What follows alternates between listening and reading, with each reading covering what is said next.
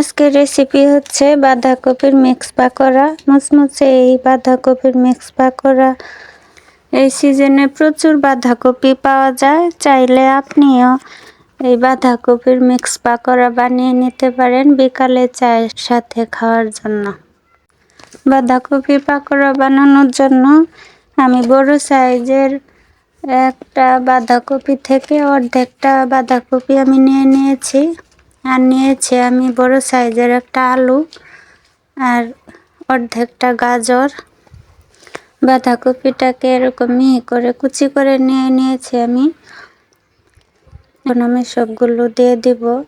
আলু কুচি দিয়ে দেব, গাজর কুচি, পেঁয়াজ কুচি আর কিছু কাঁচামরিচ। আলুটাকেও আমি মিহি করে কুচি করে নিয়েছি, গাজরটাও সেম ভাবে নিয়েছি। আমি সবগুলো দিয়ে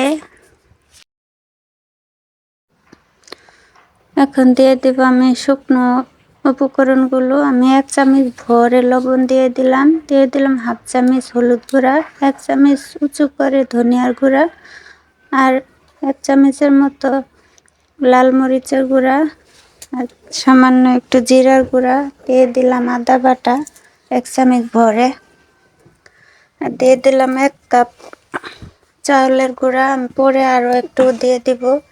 দিয়ে আমি সবগুলো ভালো করে আমি বাঁধাকপিটার সাথে মিশিয়ে নেব, ভালো করে মাখিয়ে নেব। বাঁধাকপিতে যে পানি থাকবে সেটা বের করে নেব। এখন আমি সামান্য একটু পানি দিয়ে আবারও মাখিয়ে নেব। ভালো করে মাখাতে হবে যাতে চাউলের গুঁড়ির সাথে ভালোভাবে মিশে যায়। এখন আমি আরও একটু চাউলের গুঁড়ি দিয়ে দিলাম, 1/4 কাপের মতো দিয়ে দিলাম। দিয়ে আমি আবারও ভালো করে মাখিয়ে মিশিয়ে নিয়েছি। এখন আমি এই যে দেখিয়ে দিচ্ছি পাকোড়াটা এই যে এরকম মুঠের মধ্যে মুঠ করে দেখবেন যে ভেঙে যায় কিনা। যদি ভেঙে না যায় তাহলে বুঝবেন যে আটাটা একদম ঠিক আছে। এখন আমি সবগুলো একটা একটা করে ফ্রাই প্যানে তেল গরম করে দিয়ে দিলাম। দিয়ে আমি মিডিয়াম আঁচে ভেজে নিব। খুব বেশি আঁচ দেওয়া যাবে না, তাহলে উপরটা লাল হয়ে যাবে আর ভেতরটা কাঁচা থাকবে। আস্তে আস্তে উল্টে ভেজে নিতে হবে। যখন আপনার পছন্দ মতো কালার আসবে তখন আপনি উঠিয়ে নেবেন।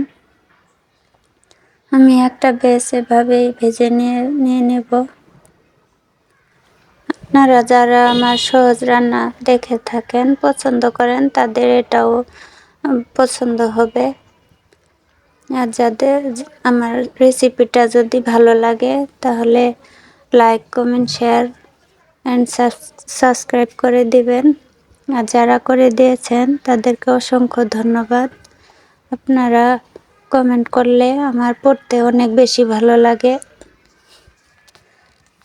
আমার একটা বেশ ভাজা হয়ে গেছে, আমি বাকি বেজগুলো এভাবেই ভেজে তুলে নেব। এটা কিন্তু বিকালে চায়ের সাথে খেতে দারুণ লাগে।